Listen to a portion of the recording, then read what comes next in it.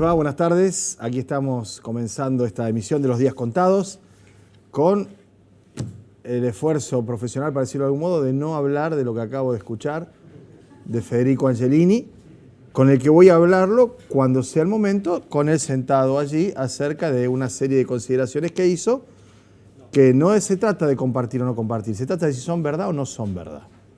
Y ese es el punto más importante. No si yo estoy de acuerdo o me parece bien o me parece mal, lo del subsidio, lo de la repartición a partir de la coparticipación o no. Lo que estamos hablando es cuánto dice el presupuesto que hay para el transporte y cuánto había antes. Y otra serie de cosas que, como dije antes, para no cometer esta, no sé, la palabra tampoco sería una imprudencia, ¿no?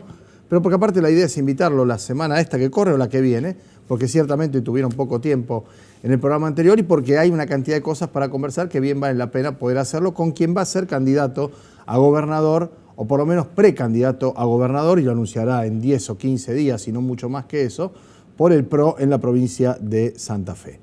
Irá a una interna con Corral, se va a decidir dentro del partido con encuestas, como fuere. Pero quiero decir, es una figura relevante, como bien lo destacaban en el programa anterior, en torno a que tiene un trato de ida y vuelta directo con el presidente de la República, con Marcos Peña, con la dirigencia del PRO. Punto y aparte, porque habíamos dicho, vamos a cumplir con esto, de poder conversar lo que haya que conversar sobre lo que dice o informa en cuanto a la veracidad o no de los números y de los hechos con él cuando podamos hacerlo aquí en el programa.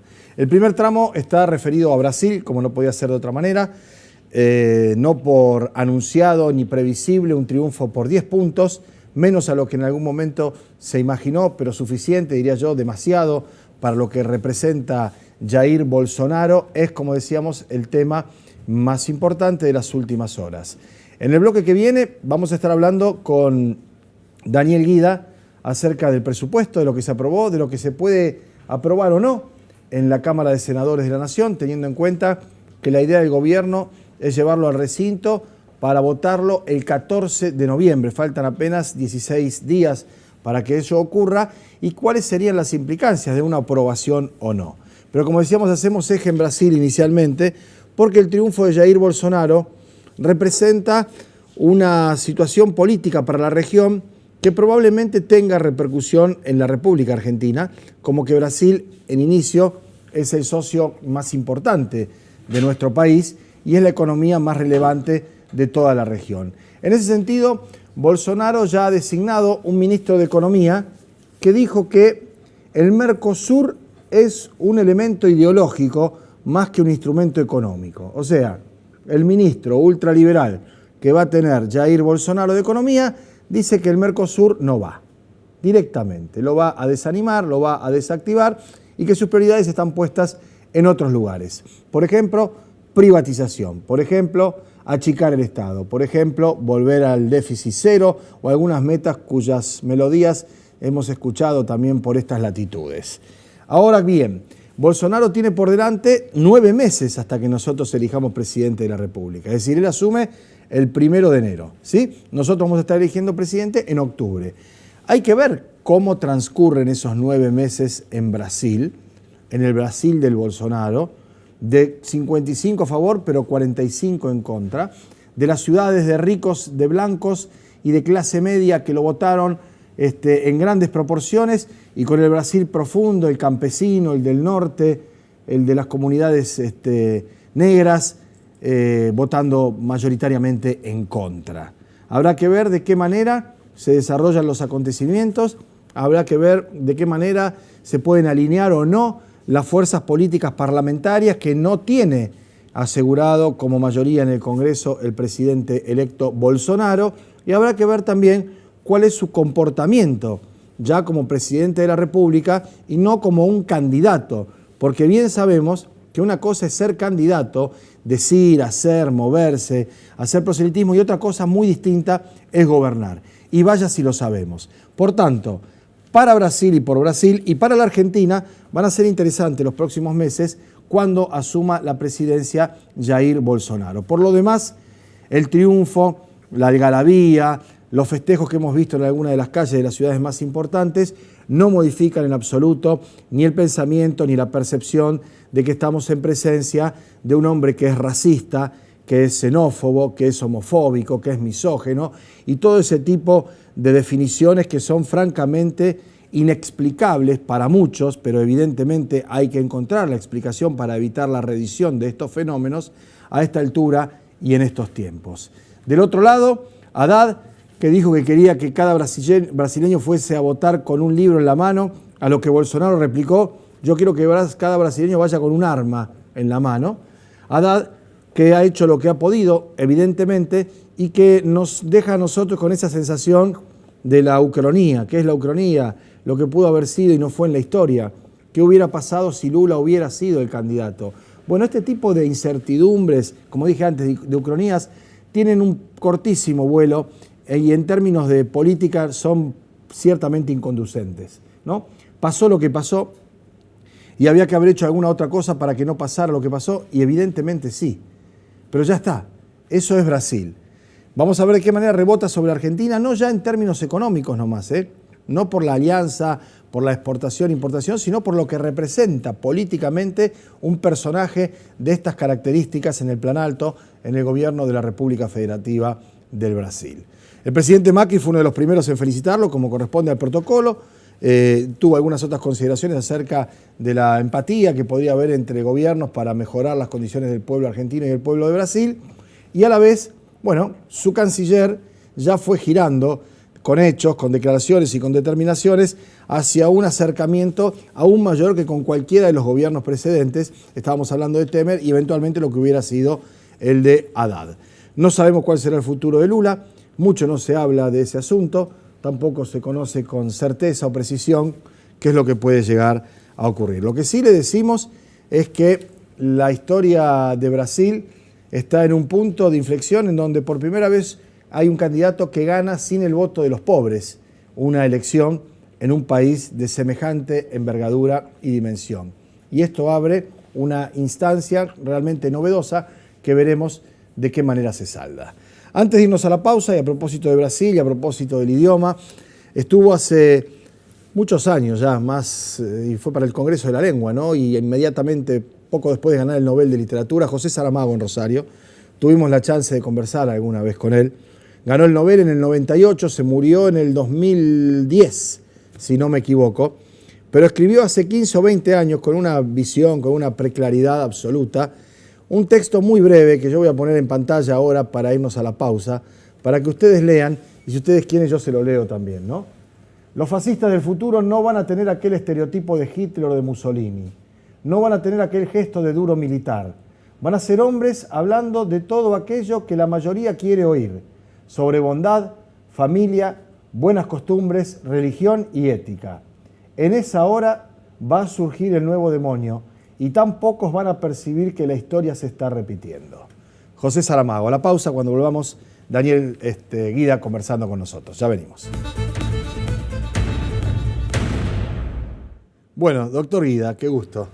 Bienvenido. Gracias, igualmente. Estuvimos buscando la semana pasada, sé que por razones personales y familiares muy claras y justificadas, no pudimos contar con su apoyo, hicimos lo que pudimos, ¿no? Digo, porque estuvimos de tertulia con Bertone y con Richardino en 2 oportunidades, y ahí hay algunos cruces, hay algunas perspectivas diferentes, pero de todos modos hay una identificación bien clara de lo que no queremos. Lo que no ¿no? queremos, Además, Bertone y algunos colegas y alguna gente en las redes, yo no tengo eso y por eso estoy ajeno, lo cuestionaban y lo criticaban porque él quería que se profundizara la grieta. Pero él dice, y con razón, que se profundice la grieta no en términos de chicana, de berretadas, de que estos son los buenos y estos los malos, estos se robaron todo y estos son los exitosos, sino en chicana, digamos, en términos ideológicos, claro, y de proyecto. ¿Queremos esto o queremos esto otro? Porque ya hay una situación antitética, me parece, a esta altura. Está muy clara, ¿no? Y vino con el presupuesto ahora a refrendarse. Está muy clara. Lo que pasa es que lo que ha cambiado es sociológicamente la cosa. Han cambiado los medios de comunicación, sí, claro, la información, y creo que está a la vista, ¿no? Hoy es, digamos, se habla de la grieta, pero cuando uno la quiere discutir en serio, se tapa la grieta, aparecen otras cuestiones. En ese sentido, yo comparto la idea que la confrontación debe ser clara, básicamente de proyecto de nación. Claro, ¿no? Pero las ideas, ¿no? Y la perspectiva, ¿qué queremos? Efectivamente. Cuando uno confronta de forma directa, evita los personalismos, las cuestiones menores, que cuando ingresan en cualquier discusión, aún en la discusión académica, cuando uno se pone a hablar y de pronto alguien te dice, sí, pero qué sé yo. Las doctrinas. Pero claro, pero Keynes era un díscolo, se casó con una bailarina, era vago. Sí, claro. Ahí ya deformás un poco la discusión, ¿no? Claro. Y creo que en la Argentina esto es comida de todos los días. Claro, ¿no? uno de los argumentos que utilizaron aquellos que apoyaron la media sanción del presupuesto, sobre todo el bloque del peronismo federal, que tiene ahora su sucedáneo en el Senado con Miguel Pichetto a la cabeza, era que no aprobarlo era peor que aprobarlo porque le generaba un margen de discrecionalidad al gobierno del presidente Macri a través de Marcos Peña con la reasignación de partidas. Pero por otro lado, sin ser ingenuos, el hecho político de aprobar un presupuesto de estas características, que tira para atrás todo menos el porcentaje que se dispone para pagar los intereses de la deuda, es un gesto que el fondo lo interpretó muy bien. Es más, el fondo dice en su carta de ayer, que publican los diarios del domingo, que esperaba una reacción social más importante que la que hubo. Porque en realidad, Pablo, vos viste que yo sobre el tema del fondo en general he tratado de esquivar los números, no porque uno no los conozca, sino porque en esencia la cuestión con el fondo ya no es un problema de números. Claro. En esta oportunidad, claramente, el apoyo del fondo es una decisión política estratégica mundial, según mi humilde opinión, y que si bien es cierto los números son muy importantes, tiene más que ver con una decisión política, porque no nos engañemos.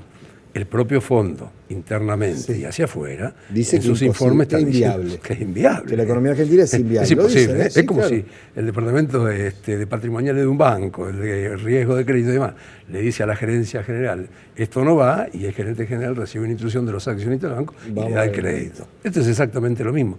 Por lo tanto, a partir de acá, ya toda la cuestión con el fondo y demás hay que mirarla más finamente desde la política, ¿no? Entonces, desde la política es evidente que el no hacerlo no era quitarle gobernabilidad al Estado, mucho menos, sino era una señal política. Claro. Como fue, ¿te acuerdas cuando la dejaron a la señora Kirchner sin presupuesto? Claro. Evidentemente, en términos de números, no iba a cambiar mucho. No cambió. No estoy haciendo la comparación de gemela, no, estoy diciendo el ejemplo de de lo que pasó. político. Fue un hecho político que puso ya en marcha la construcción de una oposición que dio lugar después a todo lo que pasó. De manera que esto uno lo tiene que mirar sinceramente primero desde la perspectiva política, ¿no? Ese es el estado general que presenta hoy, no la sociedad en su conjunto, sino la cuestión política, de cómo está hoy la cuestión política. Será análisis de los que entienden del tema. Sí. Y pero por cierto, para que quede claro que no es una cuestión solamente económica. Claro, ¿no? y porque las variables económicas, incluso ya acá hay muy poca gente que las defiende y mucha menos con argumentos veraces. Que son indefendibles, ¿no? Lo que viene ahora es la discusión en el Senado, y recién estábamos comentando con la gente de producción que ya Alperovich y la otra senadora tucumana dijeron que no. Omar Perotti dijo en este programa, y lo hemos puesto en el aire, dijo que es invotable el presupuesto. Calculo que aquel que tiene alguna perspectiva electoral el año que viene no se va a abrazar al pan de trotil, digamos, cuando... Se supone. Pero presumimos eso. Ahora, la discusión que se va a dar en el Congreso va a afectar, me parece a mí, mucho más el armado y el proyecto eventualmente opositor que el del gobierno. El gobierno está jugado, ¿no? Está regalado. Sin duda. Sin ficha. Sin duda. Todo ahí. Ahora, ¿qué pasa con los senadores que están encabezados por un sector donde está Cristina Kirchner, donde está Sagnún de Santa Fe y demás? ¿Y qué pasa con los senadores de Pichetto? Donde a algunos ya se le ha ido y donde evidentemente el gobierno apuesta a que efectivamente le den ese nuevo gesto de confianza, por decirlo de algún modo, sobre todo ante la comunidad internacional, ¿no? Es siempre para afuera. La cuestión es siempre para afuera. Es evidente que el gesto para adentro lo único que hace es modificar algún juego chico de la política. En realidad el gesto que necesita el gobierno es para afuera, y es lo que consiguió. ¿Por qué? Porque de no haber sido el préstamo del fondo, hubiera ocurrido lo que les dije en esa mesa aquel día, que me invitaron tan gentilmente, porque la Argentina está en default. Es decir, técnicamente y numéricamente la Argentina no podía pagar este año. Si no tiene esos dólares, no paga. De manera que el auxilio del fondo, contra todas las previsiones, es cierto que es extraordinario, es cierto que es único, es cierto que nunca se hizo igual, se hizo contra todas las perspectivas económicas de repago y demás. Pero se hizo por una decisión política, porque lo que había que sostener era el gobierno desde el punto de vista institucional y desde el punto de vista político del gobierno. Por eso el préstamo, y por eso el préstamo se agota, la cantidad se agota en el 2019, porque vos fíjate que el 2020 y el 2021 el fondo podrá estar disponiendo de 15.000 millones como máximo. Para la Argentina, aún viniendo estos fondos, ya en el 2019, en términos de moneda real, sin el pago de la deuda externa, está necesitando alrededor de $50.000 millones. Claro. Porque la Argentina tiene que seguir importando, la Argentina tiene que seguir pagando royalty, tiene que haber un sector que va a viajar lo mismo, y la fuga de capitales que es imposible frenar en la Argentina. Con lo cual, realmente los argentinos vamos a necesitar, además de esto, otros 50.000 millones. Y la pregunta es de dónde salen, ¿no? Esa era la pregunta, ¿de dónde salen? Porque bueno, hoy no se ve para vender, eso iba a decir, echar mano al fondo de garantía del ANSES, bueno, privatizar algunas otras empresas. Sí, ir al extremo donde allí sí... Pero para que eso pase, Daniel, debería ganar las elecciones el año que viene el gobierno. Puede hacerlo antes. ¿Puedo decir que sí? Puede hacerlo antes. Puede hacerlo antes. Aún sin decirlo. Porque el tema es decirlo, ¿no? Por supuesto. Escuché recién, muy al final, que hablaba de diálogo al dirigente político, y con mucho respeto al joven. Evidentemente lo que menos tiene el gobierno es diálogo político, porque diálogo no es un discurso, diálogo es intercambio, es un toma y daca, y en un diálogo uno podría ajustar algunas variables. Esto cuando se hace, se hace. Claro. Acá no hay diálogo. Claro. El mejor ejemplo, si lo querés llevar al diálogo político, es un acuerdo con el Fondo Monetario Internacional, que según la Constitución Nacional Argentina debe arreglar el Parlamento, debe arreglar el se Congreso conoce al día siguiente de la votación del tampoco se conoce todo. No, en partes. Con lo cual uno dice, bueno, estamos en problemas realmente, ¿no? Porque la salida para obtener las divisas, para que la Argentina se mantenga en condiciones normales, no hablemos de crecimiento, porque el propio fondo ya augura una caída. Sí, estamos anunciando el 2% como mínimo. Entonces, estas son cuestiones que sinceramente ya en el campo de la economía uno puede explicar muy bien. A la gente casi ya le resulta de balde, porque la gente está cada día peor, esto es objetivo, los hogares están sufriendo esta situación cada vez peor. Claro, a eso iba ahora, ¿no? Porque este es el microclima, esta es la opinión pública, esta es la posverdad que en algunos lugares se trata de machacar y refrendar, y después está, o paralelamente, la vida cotidiana que es la de ir a comprar el pan, la leche, la factura, pagar el gas, pagar la luz. Allí los indicadores son todos muy malos. Porque la inflación sigue, porque aparte, Duhovne se siente y comenta como si todavía fuera socio de Pañi en el programa de televisión. Y nos cuenta, octubre va a ser malo, en noviembre todavía también puede ser malo, pero ya después empieza a bajar. Es increíble, ¿no? Es increíble porque, primero, carece de autoridad académica para decirlo, porque la experiencia lo muestra, ¿no? Sí, claro. Pero aún admitiendo que podría tener sus errores en términos técnicos, es la realidad la que impide plantear ese tipo de pronóstico, ¿no? Más allá de que, evidentemente, la gran recesión que tiene la Argentina va a generar un estado de tranquilidad. Estancamiento. La muerte, la paz de los cementerios. Exactamente. Digamos. Pasó en la Argentina, ¿vos te acuerdas?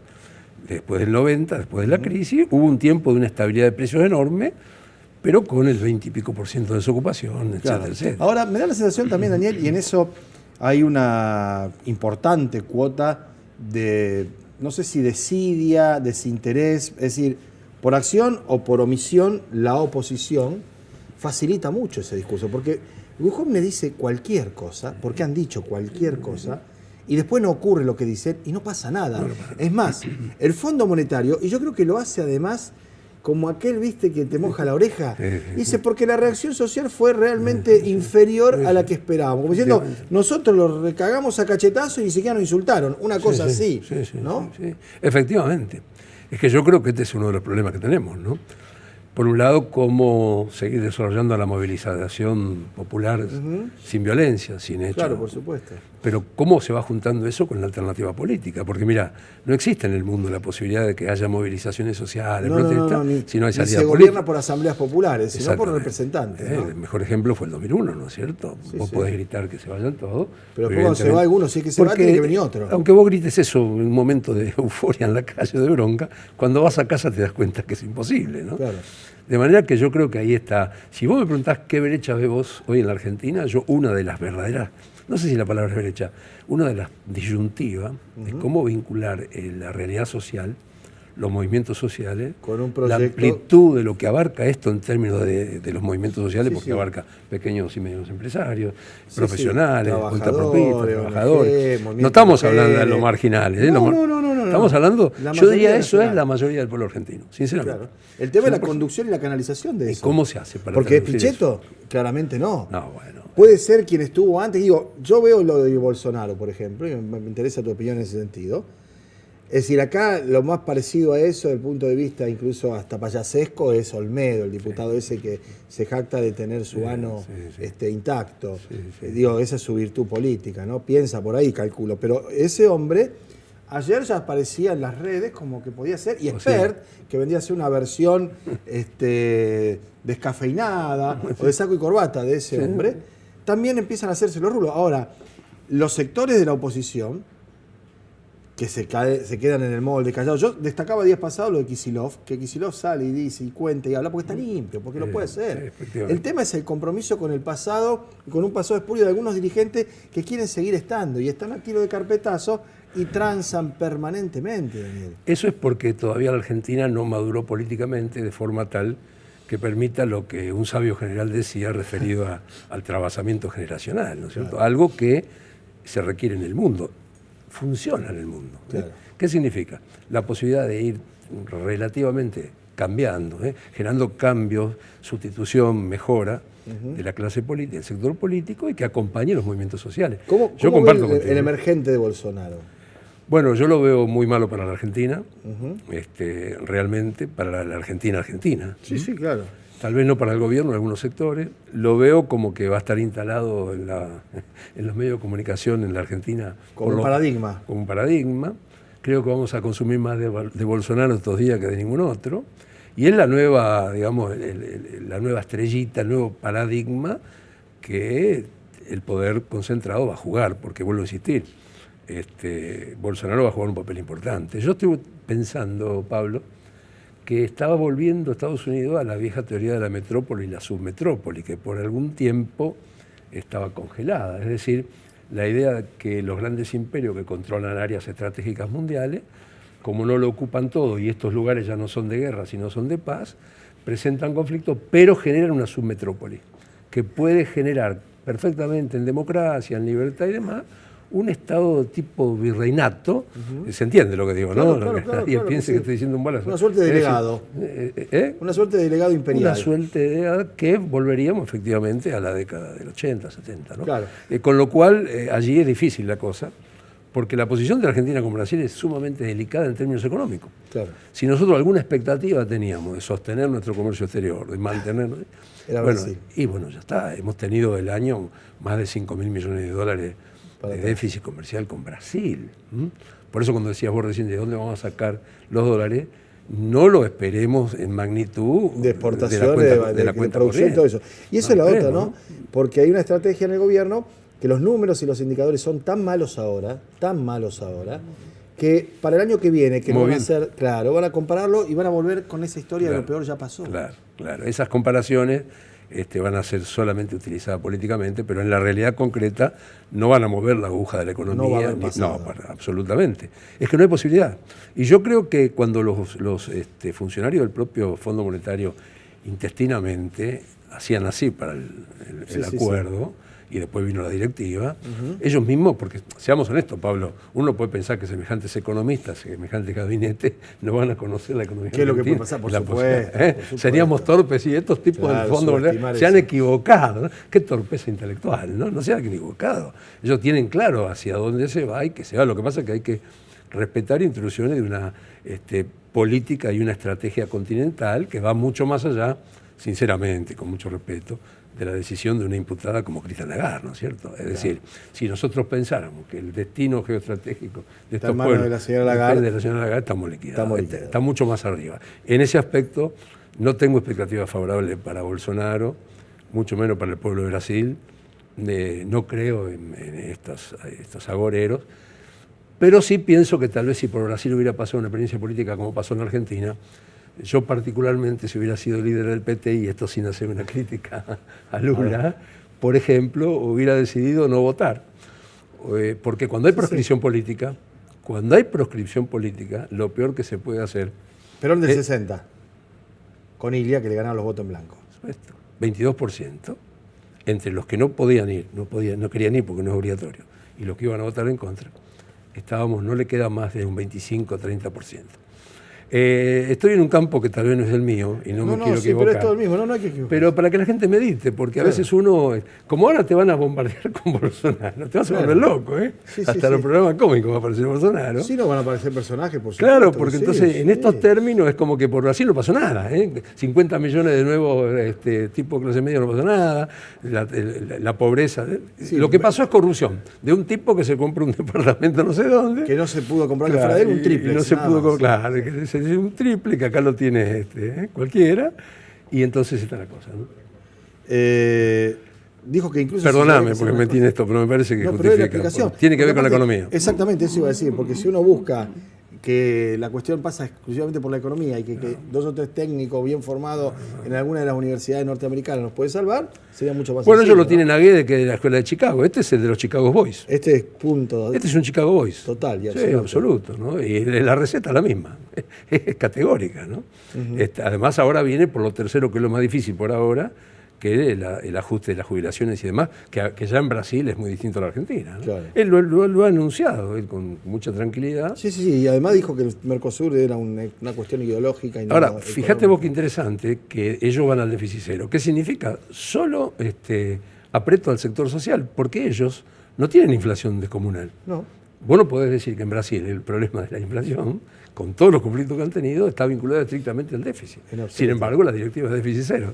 No sé si entendés. Sí, es una matriz. Pero dice, bueno, es un país que ha tenido... Chica, como de lugar. Así que allí estamos, Pablo. Estaremos atentos. Vamos a tener que seguirlo, ¿no? Sí, por supuesto, firmísimo. Muchas gracias por venir. No, gracias a vos. Hasta la próxima. Gracias. A ustedes les agradecemos también que nos hayan acompañado. Mañana volvemos a partir de las 2 de la tarde. Hasta luego.